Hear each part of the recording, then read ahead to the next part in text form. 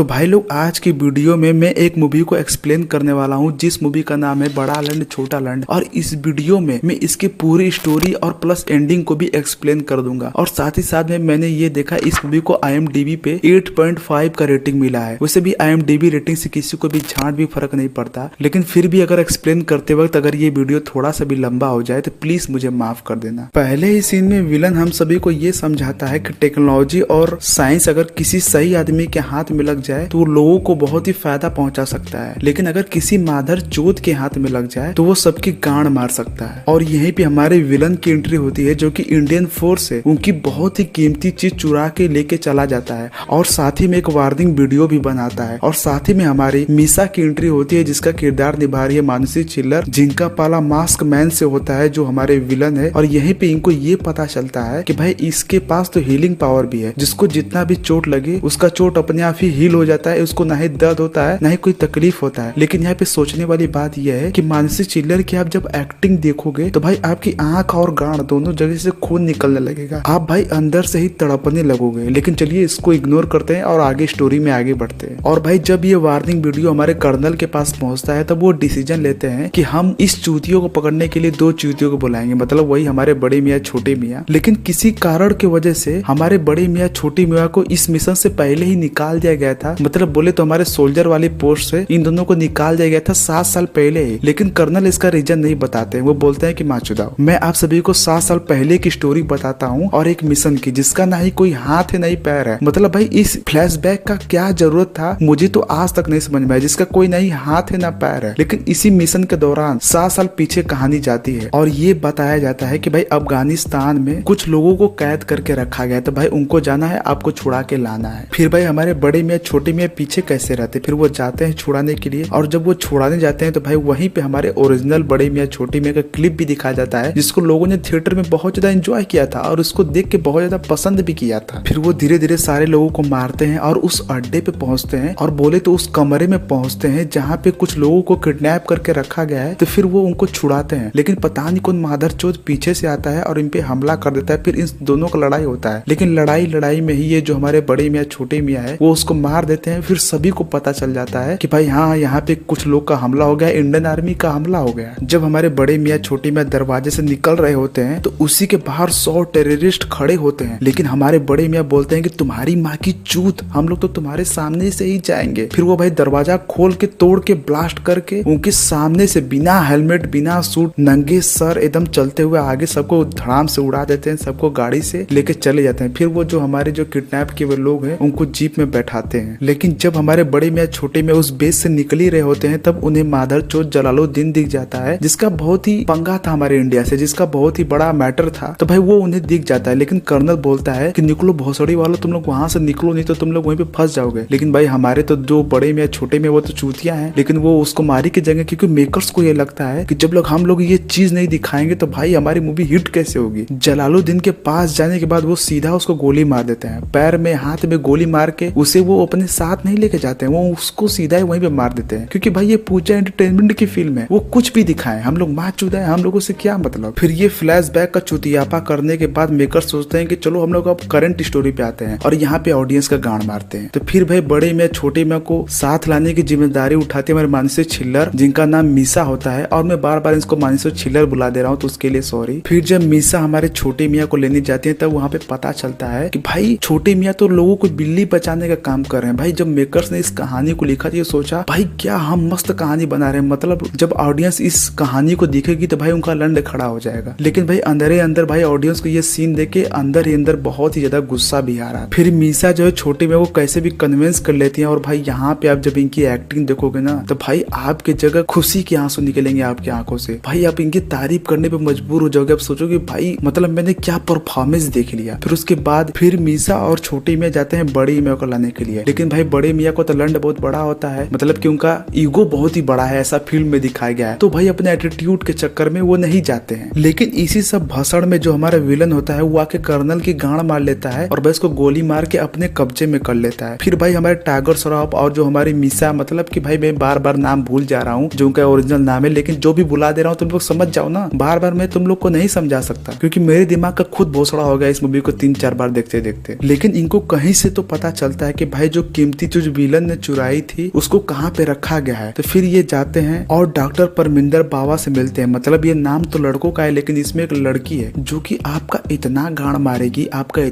मारेगी स्क्रीन पे कि भाई आप जो ही सोचने पे मजबूर हो जाओगे कि भाई मैं कितना बड़ा माधर चोद हूँ कि जो इस फिल्म को देखने के लिए आया। और भाई इसकी एक्टिंग देखने के बाद तो भाई आप तो एकदम 100 तोपे की सलामी दोगे। भाई मेकर्स ने ठान लिया था कि भाई जो ऑडियंस थिएटर में आए वो जिंदा बच के घर ना जा पाए। तो भाई डॉक्टर परमिंदर बाबा फिर अपनी सड़ी सी एक्टिंग लेके ये बताती हैं कि भाई आखिर हमें अपनी कीमती चीज को कैसे बचाना है, उसको कैसे वहां से निकालना है। फिर वो समझाती हैं कि भाई हमें एक टनल के रास्ते से जाना है, लेकिन छोटी मियाँ को बहुत ही कठिन टनल दिया जाता है जाने के लिए। और भाई जो ये दोनों मीसा और परमिंदर होती है ये सब दोनों अलग अलग रास्ते से जाती हैं, यानी कि दोनों को पहुंचना सेम जगह पे है, लेकिन ये सबसे कठिन रास्ते से टाइगर जाएगा और ये दोनों सबसे आसान रास्ते से जाएंगे। मतलब मैं आप सभी को यहाँ पे समझा नहीं पा रहा हूँ, लेकिन ये इतना लंड स्टोरी यहाँ पे जो लिखा गया है ना कि भाई 3 टनल से 3 लोग को जाना है लेकिन पहुंचना सेम जगह पे है। इसको जब आप देखोगे ना भाई आपकी झांटे सब कुछ सुनुक जाएंगे। आप वो इस सीन को ही देखना, मूवी में ही देखना बताऊंगा मैं आप सभी को। फिर यहीं पे ही विलन बहुत ज्यादा मजबूत होता है, उसके अंदर हीलिंग पावर होती है, तो वो यहीं पे छोटी मियाँ को पकड़ लेता है और उसको बैठा देता है। फिर यहीं पे हमारे बड़े मियाँ की एंट्री होती है, जो कि पहले ही कह चुके थे कि भाई हीरो की एंट्री तो लास्ट में ही होती है हमेशा। तो भाई ऐसे इनकी एंट्री होती। फिर ये जो हमारे मेन डोर के पास पहुंचते हैं और जिस रूम में मार्क्समैन ने उस चीज को छुपा के रखा था, इंडियन फोर्स की कीमती चीज को, जब इसको ये लोग देखते हैं तो भाई इनको पता चलता है कि एक्चुअली ये इनकी कैप्टन प्रिया दीक्षित होती हैं। और यहीं पे ऑडियंस को ये बताया जाता है कि भाई जो हमारी इंडियन आर्मी है, चाहे इंडियन फोर्स जो भी इसको बोल सकते हैं हम लोग, कि वो एक करण कवच बनाती है, जैसे कि हमारे वकांडा में होता है मार्वल की फिल्मों में कि भाई करण कवच है, कोई भी एक शील्ड बना दिया गया है पृथ्वी पे, ताकि कोई भी अगर दुश्मन देश हमारे देश पे अटैक करे तो भाई हमारा जो देश वो सेफ रहे ऊपर से। लेकिन कैसे करण कवच को डीएक्टिवेट करना है और एक्टिवेट करना है, उसका कोड इन लोगों ने प्रिया दीक्षित के दिमाग में ही फिट कर रखा था ताकि ये चीज हमेशा सेफ रहे और हमेशा प्रोटेक्टेड रहे। लेकिन फिर हमारे बड़े में ये बताते हैं कि भाई हम लोग यहाँ पे खुद से नहीं आए हैं, बल्कि हमको लाया गया है विलन के द्वारा। जो इन्होंने क्लू छोड़ा था वो हमको लाने के लिए ही लाया गया था और हमसे बदला लेने के लिए यहाँ पे ये विलन आया था बड़े मियाँ छोटे मियाँ से। और यहाँ पे जो विलन होता है वो बड़े मियाँ छोटे मियाँ को पकड़ लेता है और अपने आप को इंट्रोड्यूस कराता है। और यहीं पे हम सभी को पता चलता है कि जो अभी तक इन सबसे बदला ले रहा था उसका नाम कबीर था और ये बड़े मियाँ छोटे मियाँ का एक जिगरी दोस्त था। और ये साथ ही साथ में बहुत ही बड़े प्रोजेक्ट पे था जिसका नाम था क्लोनिंग, जो लोगों की